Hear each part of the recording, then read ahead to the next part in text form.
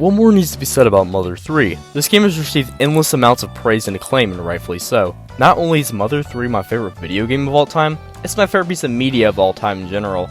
Mother 3 and of course its predecessors Earthbound and Mother are absolute pinnacles of the RPG genre, and the Mother series' use of fantastic music, unique bosses and enemies, and sheer emotion should be set as the gold standard in the RPG genre.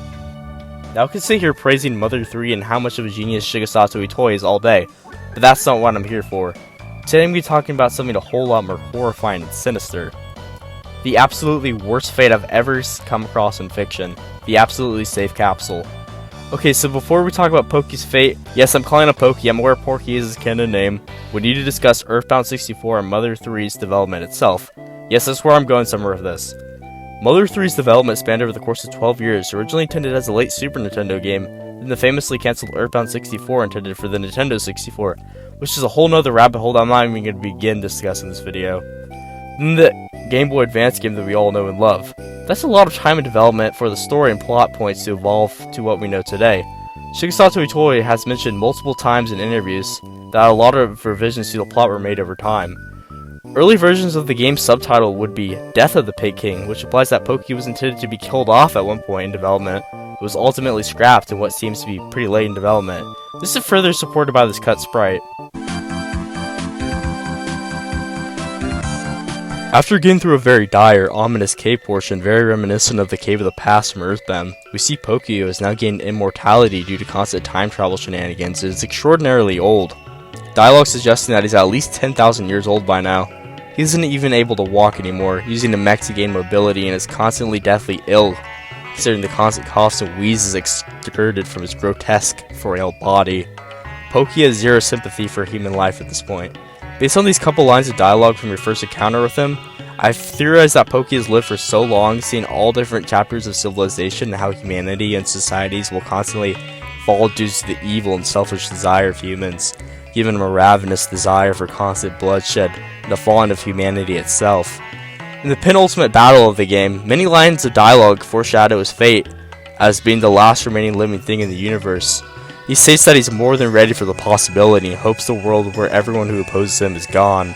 As soon as his mech short circuits, we hear him obsessively state how he'll never die, and we go from the incredibly badass Master Porky theme to the very dreary, creepy, industrialized theme of Absolutely Safe Capsule.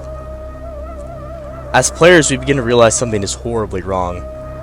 We get to hear him obsessively say how he'll never die and opts that cowardly seal himself inside the Absolutely Safe Capsule. How safe really is the Absolutely Safe Capsule? Love Omega, PK Starstorm, and Ground, none of that would even begin to scratch the capsule. Since Poki is now trapped in there, totally futile, the fight is over and Dr. Ananet's debriefs the player on this sick and twisted fate. Unknowing to Poki, the capsule is impossible to ever leave for all eternity.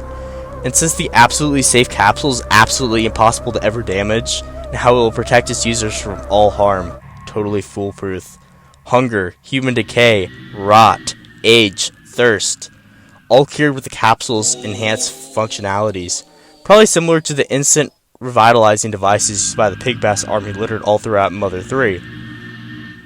Being away from all forms of life, completely isolated inside the capsule in total solitude, silence and quiet ambience can make anyone completely deteriorate their mind. As time goes on, Poki would gain a ravenous craving for suicide, anything to end this eternal hell. Suicide isn't possible for the user as well. Trying to fatally bash your skull into its indestructible windows? Ultra padded protection. Literally every single possibility of escape is already thought of. But truly when the sun dies in 5.5 billion years from now, destroying all human life when it ensures Poki's death, right? Right? No. In an interview with Shigesato Itoi, he states that even after the fucking sun explodes, in 5.5 billion years from now, Poki will still be alive with the rest of eternity still ahead of him. When I first beat Mother 3 over a decade ago, this legitimately gave me a severe existential crisis. Infinity and immortality is a very bizarre and abstract concept when you really think about it. Can you imagine constantly enduring the constant claustrophobia, as well as endlessly floating in space until the end of time, day after day, year after year? Soon trillions of years will pass by with no end in sight. Truly an absolutely horrifying fate that makes me dizzy even thinking about it. The Absolutely Safe Capsule was never intended as a means of keeping the user inside, absolutely safe from what's outside, but to keep the rest of the universe safe from what's inside.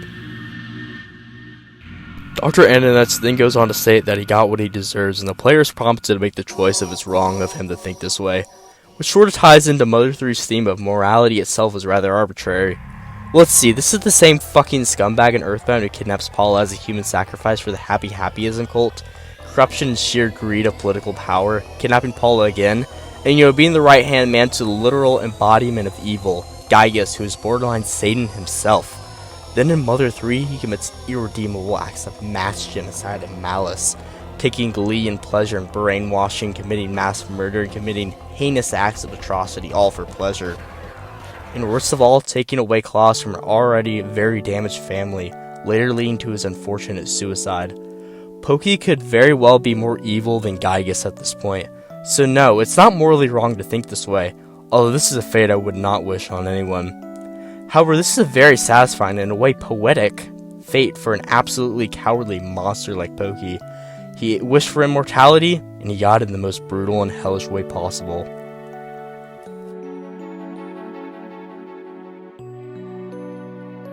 Since this video is running a bit shorter than my usual video length, I'd like to share this little tidbit that somewhat relates to this video topic. I've always been rather fascinated with soft walking in video games.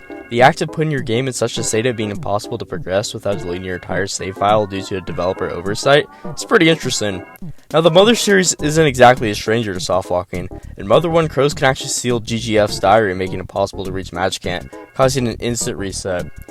Here's a more of an evil soft walk that can occur in Earthbound when saving Summers. Due to how the game programs collision, the NPC will never move out of the way, causing you to reset all your progress at a fairly late point in the game. There are plenty of more obscure soft walks that I can fill an entire video worth. Thankfully, the previous two that I mentioned are rather obscure and extremely rare to occur. However, nothing of that compares to the Thunder Tower Save Frog. This fucking Save Frog. In the original Japanese game and pre-patch fan translation, saving here and reloading the game due to the way the game's collision is programmed, similar to Earthbound's, your save file will be permanently softlocked, making Lucas, Kumatora, Duster, and Boney trapped for all eternity. The previous two examples listed are extremely rare, however. This is extremely easy to occur on accident. I'm pretty sure many Japanese players lost tens of hours of progress to this goddamn save frog. Truly the most evil entity in the Mother franchise, bar none. Anyways, I really appreciate those who watched to the end, and I hope you can continue to watch my shitty, mediocre content in the future. As always, have yourself a good-ass day.